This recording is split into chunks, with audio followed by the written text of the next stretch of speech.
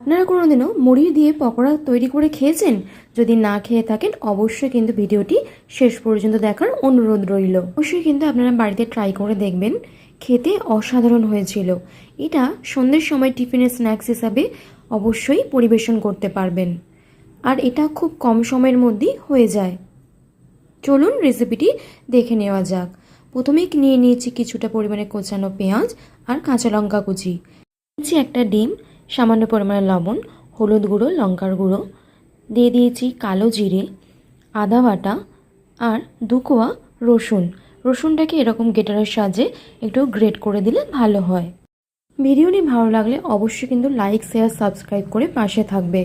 এরকম নতুন নতুন ভিডিও দেখার জন্য চ্যানেলটি অবশ্যই কিন্তু সাবস্ক্রাইব করে রাখবে, যাতে আমি ভিডিও ছাড়ার সঙ্গে সঙ্গেই নোটিফিকেশান চলে যায়।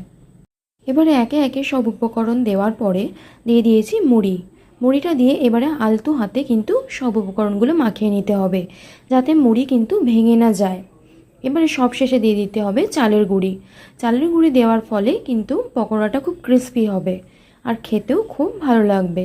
এবারে একে একে সব পকোড়াগুলো তেলের মধ্যে ছেড়ে দিয়ে উল্টে পাল্টে ভেজে নিতে হবে। এইভাবে খুব সহজেই খুব কম সময়ের মধ্যেই আপনারা বাড়িতে ইভিনিং স্ন্যাক্স পরিবেশন করতে পারেন। দেখা হবে নতুন একটা ভিডিওর সঙ্গে। ততক্ষণ পর্যন্ত সকলে ভালো থাকবেন।